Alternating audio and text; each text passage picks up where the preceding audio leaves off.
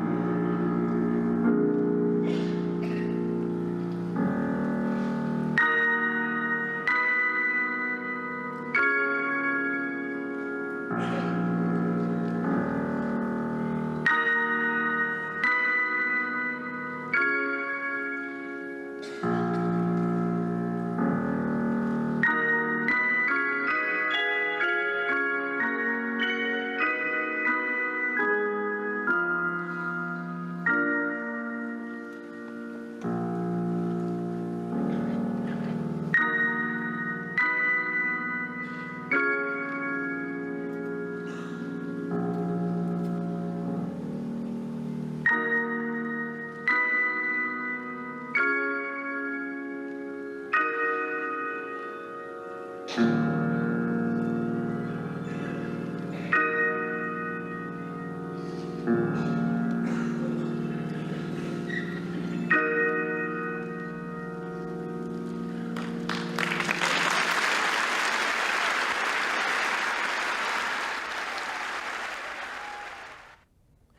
maravilla que escuchamos tiene un mensaje explícito, pero ¿cuál es el mensaje implícito, maestro?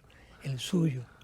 Bueno, cada obra tiene esa facultad, la facultad de mostrar lo que el autor está expresando en su obra.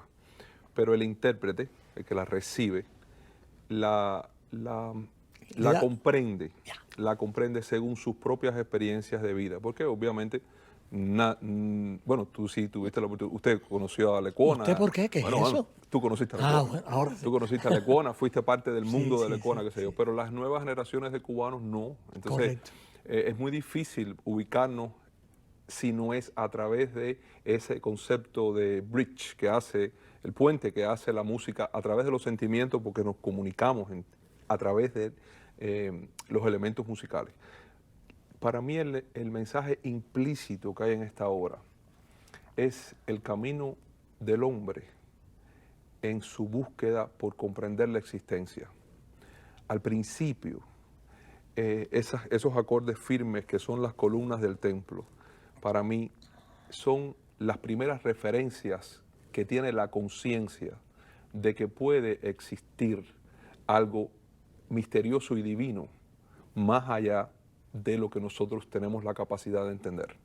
Necesitamos eso porque ese es el conocimiento, esa es la tradición, es lo que está establecido. ¿Quién es Dios? ¿Dónde está Dios? En la iglesia, ahí están las campanas de la iglesia. Entonces el hombre empieza a buscar en una religión, puede ser, o en otra, después se da cuenta que conoce otra religión, y si en esas religiones, sean cual sean las religiones, el hombre encuentra una casa, un espacio, se queda ahí. Como por ejemplo cuando fluye un río y tú te quedas con la seguridad de una mata, ¿no? Que te estás aguantando de una rama, y tú te quedas ahí, tú dices, bueno, está bien, yo me paso aquí. Esa es la salvación. Aquí me baño yo. Encontraste la salvación. Ajá. Pero cuando la institucionalidad de lo divino no es suficiente para ti. O sea, cuando esa rama tú la tocas, pero se te va. O sea, no puedes quedarte en ella. Tú sigues fluyendo con la vida. Y entonces, en ese fluir, que es la existencia misma, porque nosotros no nos podemos quedar en ninguna parte. Nosotros nacemos y realmente vamos como un río hacia el mar, ¿no? Por decirlo de alguna manera. Uno va buscando en diferentes lugares qué cosa es la vida, ¿no? Y el viaje de este hombre al templo, por ejemplo, cuando él entra al templo que está orando en el altar del Escorial, y sigue buscando, pero hay un momento en la vida de cada persona, que busca por decir, esa explicación, ¿no? Donde todas las cosas que tú pensaste se pueden aclarar con el ejemplo más sencillo del mundo. ¡Wow! Eso es lo que es. Y en ese momento, sea cual sea la experiencia para ti, hay una ruptura con las ataduras emocionales que fueron amarrándote durante toda tu vida. O sea, pueden ser ataduras de tipo religioso, miedos de conceptos en interpretaciones de conceptos bíblicos, lo que fuera. Pero tú te das cuenta que hay una libertad, que por ejemplo en la obra surge cuando Dios habla, por decir el tema bonito ese, ¿verdad? Y entonces en esa belleza hay una liberación. Él sale liberado, quiere decir, encontramos al fin algo que nos liberó. Y en un segundo tú eres transformado por esa toma de conciencia de una idea, porque todas son ideas, de una realidad que para ti específicamente tiene sentido, pero sigues aquí. Entonces es una maravilla poder darte cuenta de que hay algo inexplicable en la vida, que quizás en la misma realidad inexplicable de su existencia está el encanto. Correcto. Que no se puede personificar a veces, o sí, dependiendo de quién sea la persona, esa maravilla, porque esa maravilla está viva, que es la propia existencia. Entonces, en muchos aspectos, el hombre se ha visto en una posición y Dios en la otra, en un espacio siempre entre Dios y el hombre. En la obra musical de Néstor Lecuona, en esta obra, donde la música se hace la representación del templo, la representación del deseo humano, se transforma en la voz de Dios y en la capacidad del ser humano de entender. Es una obra musical que une todo, al creador, a la creación, y entonces se funde, y quizás el mensaje implícito de la obra es que no estamos tan separados de la creación, somos parte de ella, y hay una liberación total en eso, porque te sientes de pronto renovado, es un renacimiento en vida de la posibilidad que tiene la existencia. Será